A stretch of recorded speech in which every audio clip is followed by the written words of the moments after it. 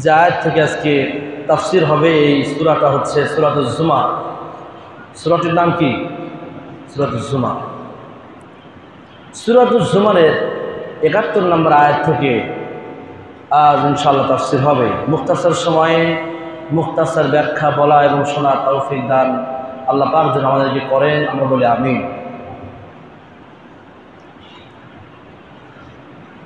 যে আয়াতে তেলাওয়াত হয়েছে এই আয়াতের মধ্যে আল্লাহ পাক বলছেন, ওয়াসিকাল্লাযীনা কাফারু ইলা জাহান্নামা যুমারা। জাহান্নামীদেরকে, অকৃতজ্ঞ যারা, নাফরমান ব্যক্তি যারা, এ সমস্ত নাফরমান ব্যক্তিদেরকে জাহান্নামের মধ্যে কোন সিস্টেমে নেওয়া হবে, কিভাবে এদেরকে জাহান্নামের দিকে নেওয়া হবে, আল্লাহ পাক এই সূরার মধ্যে, এই আয়াতের মধ্যে আল্লাহ পাক সেটা উল্লেখ করেছেন। শুধু তাই না, জাহান্নামীরা যে জান্নাতের মধ্যে তো তারা কখনো যেতে পারবে না, জাহান্নামের মধ্যে গিয়ে তারা যে আফসোস করবে, এই আফসোসটাও আল্লাহ পাক উল্লেখ করেছেন। তারা কী ধরনের আফসোস করবে এগুলো আল্লাহ পাক আমাদেরকে অনেক আগে জানিয়ে দিয়েছেন, যাতে করে আমরা আল্লাহকে এটা বলতে না পারি যে আল্লাহ তুমি আমাদেরকে যে শাস্তি দিচ্ছ, এই শাস্তির ব্যাপারে তো আমরা কিছুই জানতাম না। যাতে আমাদের এটা বলার কোনো অপশন না থাকে, আল্লাহ পাক আমাদেরকে সতর্ক করে দিয়েছেন, ঠিক কিনা কম পথ বলে দিয়েছেন। আল্লাহ পাক বলেন, ওয়াসিকাল্লাযীনা কাফারু ইলা জাহান্নামা যুমারা। ওয়াসিকাল্লাযীনা কাফারু, কাফেরদেরকে হাঁটিয়ে নেওয়া হবে, ধাক্কা ধাক্কা নেওয়া হবে, ইলা জাহান্নামা, জাহান্নামের দিকে, যুমারা, দলে দলে। এই কাফেরদেরকে দলে দলে জাহান্নামের মধ্যে নেওয়া হবে। হাদিসের মধ্যে উল্লেখ করা হয়েছে, হাসরের মাঠে জাহান্নামের মধ্য থেকে একটা জিহ্বা বের হবে, আগুনের লেলিহান শিখা বের হবে। সেই জিহ্বাটা জাহান্নামীদেরকে পেঁচাইয়া জাহান্নামের মধ্যে নিয়ে যাবে। গরু যেমন তার জিহ্বাটাকে বের করে ঘাসকে পেঁচাইয়া তার মুখের মধ্যে নিয়ে নেয়, ঠিক তেমনি জাহান্নামের মধ্য থেকে জিহ্বা বের হয়ে জাহান্নামীদেরকে জিহ্বার মধ্যে পেঁচাইয়া তার পেটের মধ্যে সে নিয়ে নেবে। শুধু তাই না, আল্লাহ পাক রব্বুল আলামিন সব কিছু আমাদেরকে জানিয়ে দিয়েছেন। আল্লাহ পাক বলেন, হাত্তা ইযা জাউহা ফুতিহাত আবওয়াবুহা ওয়া ক্বালা লাহুম খাযানাতুহা আলাম ইয়াতিকুম রাসূলুম মিনকুম। হাত্তা ইযা জাউহা, আর জাহান্নামীদেরকে যখন জাহান্নামের দিকে নিয়ে যাওয়া হবে, ফুতিহাত আবওয়াবুহা, তখন জাহান্নামের দরওয়াজাগুলো আগের থেকেই খোলা থাকবে। ওয়া ক্বালা লাহুম খাযানাতুহা, আর জাহান্নামের ফেরেশতারা এই সমস্ত জাহান্নামীদেরকে বলবে, আলাম ইয়াতিকুম রাসূলুম মিনকুম, ও জাহান্নামীরা, আল্লাহ পাক কি তোমাদের কাছে, আল্লাহ পাক কি তোমাদের কাছে কি রাসূল পাঠান নাই? ইয়াতলুনা আলাইকুম আয়াতি রাব্বিকুম, যারা তোমাদের কাছে আল্লাহর বিধানগুলো পাঠ করে করে শোনাতেন, এমন কাউকে আল্লাহ পাক কি তোমাদের কাছে পাঠান নাই? ওয়ায়ুনদিরুনাকুম লিকা ইয়াউমিকুম হাযা, অথবা এই দিনের ভয়াবহতা সম্পর্কে কি তোমাদেরকে কেউ সতর্ক করে নাই? জাহান্নামীরা আফসোস করে বলবে, ক্বালু বালা ওয়ালাকিন হাক্কাত কালিমাতুল আযাবি আলাল কাফিরিন। জাহান্নামীরা বলবে, বালা, হ্যাঁ অবশ্যই অবশ্যই আল্লাহ পাক আমাদের কাছে তার বিধি প্রদর্শন নবী রাসূল পাঠিয়েছিলেন, আলেম ওলামা পাঠিয়েছিলেন, যারা আমাদেরকে এই দিনের ভয়াবহতা সম্পর্কে জানাইতো। কিন্তু আজ তো কোনো উপায় নাই। একটু বলেন তো, কোনো উপায় আর থাকবে? কোনো উপায় আর থাকবে না। প্রিয় ভাইরা আমার, জাহান্নামের মধ্যে আল্লাহ পাক কাউকে একা একা দিবেন না। আল্লাহ পাক রব্বুল আলামিন সূরা নিসার মধ্যে বলছেন, ইয়াউমা নাদউ কুল্লা উনাসিম বিইমামিহিম। আল্লাহ পাক জাহান্নামের মধ্যে যে দিবেন, এই জাহান্নামের মধ্যে আল্লাহ পাক যার যার নেতা সহকারে দিবেন, কাউকে আল্লাহ পাক একা একা দিবেন না। আল্লাহ পাক আমাকে বলবে না মাসুদ তুমি জাহান্নামে যাও, এমনি না। দুনিয়াতে আমি যার আনুগত্য করেছি, আমি যে নেতার পিছনে চলেছি, যে নেতার কথা মতো আমি এই দুনিয়াতে হেঁটেছি চলেছি, ওই নেতা যদি ভেস্তে যায় আমিও ভেস্তে যাব। সুবহানাল্লাহ। আর ওই নেতা যদি জাহান্নামে যায়, আমি যত বড়ই মুফতি সাহেব হই না কেন লাভ নাই, আমাকেও ঘাড়ের মধ্যে বেরিতে চাইয়া জাহান্নামে নিক্ষেপ করা হবে। বুঝতে পেরেছেন? ওই সময় কি অবস্থা হবে আল্লাহ পাক রব্বুল আলামিন সূরা বাকারার মধ্যে সুন্দরভাবে আল্লাহ পাক উল্লেখ করেছেন, ইয তাবাররা'আল্লাযীনা ইত্তুবি'উ মিনাল্লাযীনা ইত্তাবা'উ ওয়া রাআউল আযাবা ওয়া তাকাত্তুআত বিহিমুল আসবাব। ইয তাবাররা'a অর্থ বুঝবেন, যখন পৃথক হয়ে যাবে, ঈদ যখন তাবাররা পৃথক হয়ে যাবে, আল্লাযীনা ওই সমস্ত ব্যক্তিরা, তুবিউ নেতারা যারা মাতাব্বর, এরা যখন পৃথক হয়ে যাবে, মিনাল্লাযীনা তাবাউ কর্মীদের থেকে। কি বুঝতে পেরেছেন? যখন হাসরের মাঠে নেতারা যারা কর্মী এদের থেকে যখন পৃথক হয়ে যাবে, ওয়ারাউল আযাব, আর যখন তারা জাহান্নামে আযাবকে সচক্ষে দেখতে পাবে, ওয়া তাকাত্তুআত তখন টুকরো টুকরো হয়ে যাবে বিহিমুল আসবাব, নেতা আর কর্মীর মধ্যে যে সম্পর্ক ছিল এই সম্পর্ক ছিন্ন বিচ্ছিন্ন হয়ে যাবে। তখন আর কোনো নেতাগিরি থাকবে না। এজন্য নেতা ধরবেন এমন ব্যক্তিকে যে ব্যক্তি সুখে দুঃখে আপনার পাশে থাকবে। কি বুঝতে পেরেছেন? আবার নেতাই যদি কর্মীদেরকে রেখে পালায়, কি লাভ আছে? তাহলে এতদিন কার অনুসরণ করলেন, কার আনুগত্য করলেন?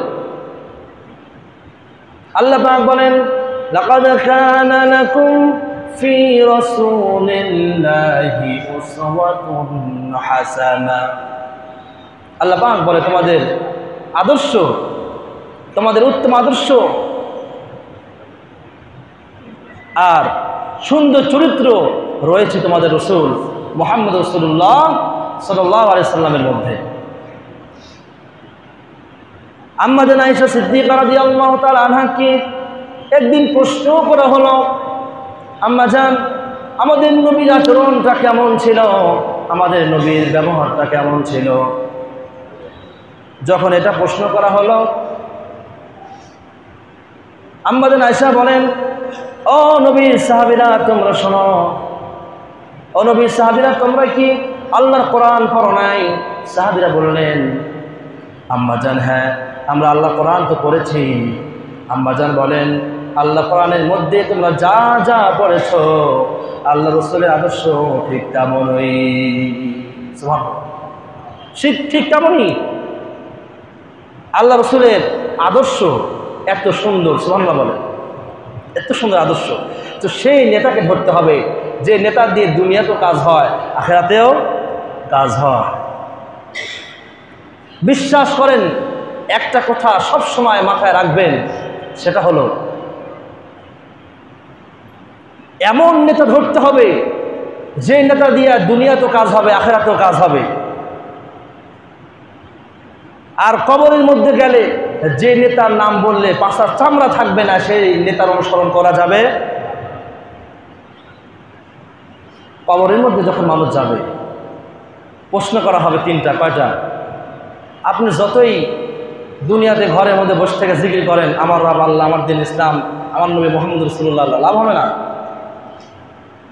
কবরের মধ্যে আপনার প্রশ্ন উত্তর দিতে পারবেন, আপনার আমল যদি ভালো হয় আপনিই আপনার মুখ দিয়ে প্রশ্ন উত্তর বের হয়ে আসবে। সুবহানাল্লাহ। আর যদি আপনার যদি আমল খারাপ হয় তাহলে আপনি যতই জিকির করেন এই লাভ হবে না, ওখানে গিয়ে আপনি উত্তর দিতে পারবেন না। যখন ফেরেশতারা বলবে মান দীনুকা, তোমার দিন কি, তুমি কোন ধর্মের তুমি ইত্তেবা করেছো, তুমি কোন নেতার তুমি ইত্তেবা করেছো, তখন যদি বলেন যে অন্য কিছু যদি বলেন, পিঠের চামড়া থাকবে? মুসলমান সহজ দিনে বোঝেন না তো। কবরের মধ্যে যে নীতি, যে ইসলামের কথা বললে, যে ধর্মের কথা বললে, যে নেতার নাম বললে মুক্তি পাওয়া যাবে দুনিয়াতে, ওই নেতারই অনুসরণ করতে হবে, ঠিক কিনা? কবরের মধ্যে গিয়ে যে নেতার নাম বললে পিঠের চামড়া থাকবে না, পাছার চামড়া থাকবে না, ওই নেতার অনুসরণ করে কোনো লাভ হবে? তবে সমস্ত সম্পর্ক বিচ্ছিন্ন হয়ে যাবে, কিছুই থাকবে না। এজন্য আমাদের নেতা, একটু আওয়াজ দিয়ে বলেন, আমাদের নেতার নাম কি? মুহাম্মদ রাসূলুল্লাহ সাল্লাল্লাহু আলাইহি ওয়াসাল্লাম। তার নীতি অনুযায়ী আমাদের চলতে হবে, অন্যথায় এটাদের মুক্তি নাই। প্রিয় ভাইরা আমার, আল্লাহ পাক বলেন, وقال الذين اتبعوا لو أن لنا كرة فنتبرأ منهم كما تبرأوا منا। আমার একটা ঘটনা মনে পড়ে গেল। মুসলিম জাহানের খলিফা হযরত ওমর ফারুক রাদিয়াল্লাহু তাআলা আনহু, তিনি কেমন নেতা ছিলেন? তিনি গভীর রজনীতে সবাই ঘুমিয়ে পড়েছেন, ওমর রাদিয়াল্লাহু তাআলা আনহু তিনি ঘুমালেন না। তিনি জাগ্রত হয়ে তিনি ছদ্মবেশী, তিনি তার আশেপাশের এলাকাগুলো তিনি দেখছেন কে কোন অবস্থার মধ্যে আছে। দেখেন নেতা কেমন হওয়া লাগে। হযরত ওমর ফারুক দেখছেন একটা যুবক মানুষ একটা বাড়ির মধ্যে থেকে ঢুকে আবার বের হয়ে রাস্তার উপরে আসে, আবার রাস্তা থেকে বাড়ির মধ্যে ঢুকে। সাইয়েদনা ওমর গিয়ে বলছেন, আচ্ছা ভাই তুমি কে? ভাই তুমি কি চোর নাকি? তুমি একবার বাড়ির মধ্যে ঢুকো আবার বাড়ি থেকে বের হয়ে আসো, কে তুমি বলো তো ভাই? সেই যুবক বলছে, হুজুর আমি আপনাকে চিনি না, তারপরও বলছি এই বাড়িতে আমার স্ত্রী ছাড়া কোনো মহিলা বাস করে না, আশেপাশে কোনো বাড়ি ঘর নাই, আর আমি ছাড়া অন্য কোনো পুরুষও এই বাড়িতে নাই। হুজুর আমার স্ত্রী এখনই বাচ্চা হবে, আমার স্ত্রী প্রসব যন্ত্রণা আমার চোখে সহ্য হচ্ছে না, আমি এর জন্য একবার বাড়ির মধ্যে ঢুকছি আবার বের হয়ে আসতেছি।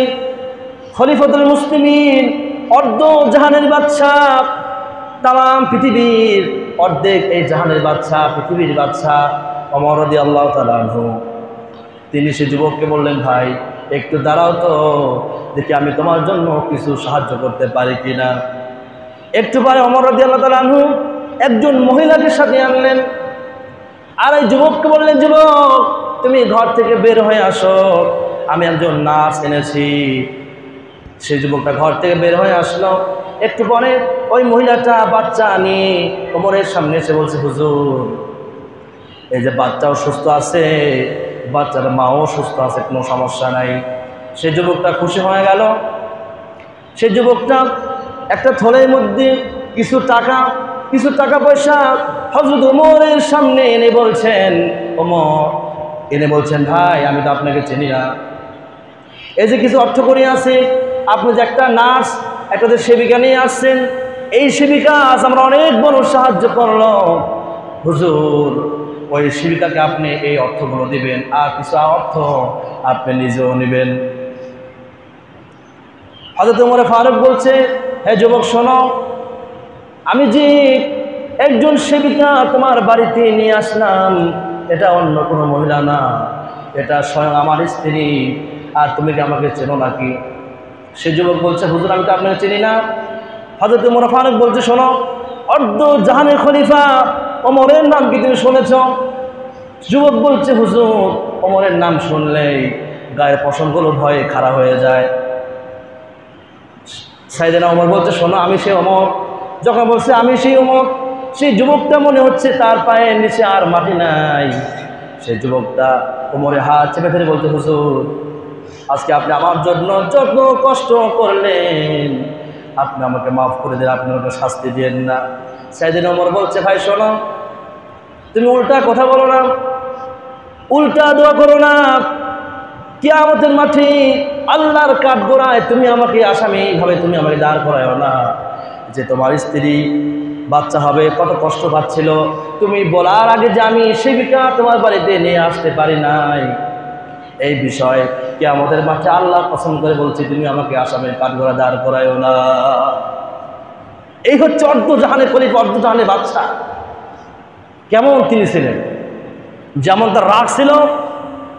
ওমর রাদিয়াল্লাহু তাআলা আনহু যে রাস্তাতে যাইতেন, সে রাস্তাতে ইবলিস শয়তান 40 দিন যেত।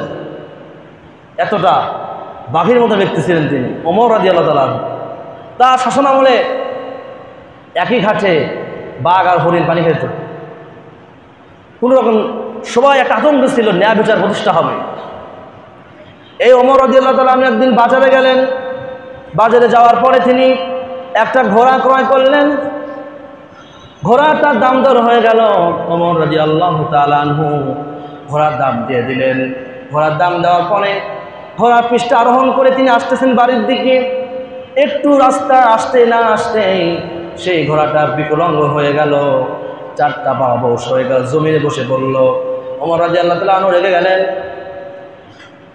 তিনি রাগান্বিত হয়ে সে ঘোড়া বিক্রেতার কাছে গিয়ে বলছেন, ভাই তোমার কাছ থেকে আমি একটু আগেই ঘোড়া কিনলাম, এই ঘোড়ার পিঠে উঠে আমি বাড়ি পর্যন্ত যেতে পারলাম না, ঘোড়াটা অবশ হয়ে গেছে।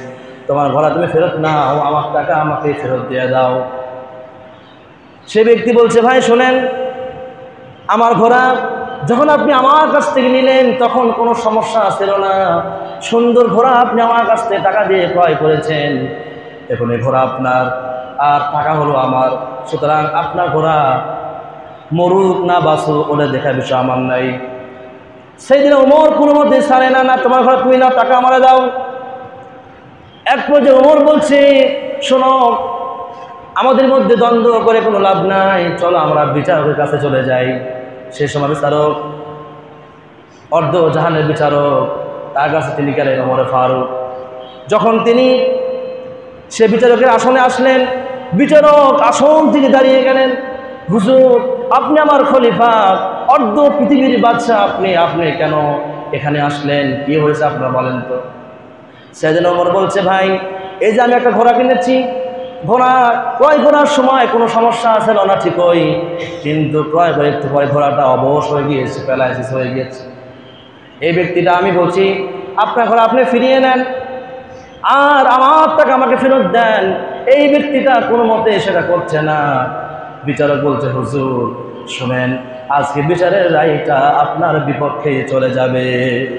হুজুর আপনি 10 মিনিট পর যে সুস্থ থাকবেন আর কোনো গ্যারান্টি আছে? তিনি বলছেন, না, এত কোনো গ্যারান্টি নেই। বিচারক বলছে, হুজুর তাহলে এই ঘোড়াটা আপনি কিনেছেন, 10 মিনিট পর অসুস্থ হয়ে গিয়েছে, এটাতে তো ওই ঘোড়া মালিকের কোনো দোষ নাই, সুতরাং এই ঘোড়া আপনার, মূল্য আপনার, বাস্তু আপনার, আর টাকা ওই ব্যক্তির থেকে যাবে। ওমর রাদিয়াল্লাহু তাআলা কিছু বললেন, মাথা নিচ করে চলে আসতেন। তিনি আর সিংহাসনে বসে তিনি বলছেন, আজকে যে বিচারক আমার বিরুদ্ধে রায় দিল, আজকে যে বিচারক, আমি অর্ধ জাহানের বাদশা, আমাকে মোটেই ভয় করলো না, ভয় করেছে আল্লাহকে। ভয় করেছে কাকে? আল্লাহকে ভয় করে সে ন্যায্য বিচার যে ব্যক্তি করলো, সে তো শুধু একটা অঞ্চলের সে শাসক ছিল, আজ আমি তার অর্ধ পৃথিবীর বিচারক বানাই দিলাম। সুবহানাল্লাহ। আমরা হলে কি করতাম? বাদশা তো দূরের কথা, যদি একটা মেম্বারের বিরুদ্ধে আপনি উল্টাপাল্টা কিছু একটা বলেন, আপনার পায়ের তলে মাটি থাকবে না, ঠিক কিনা কন?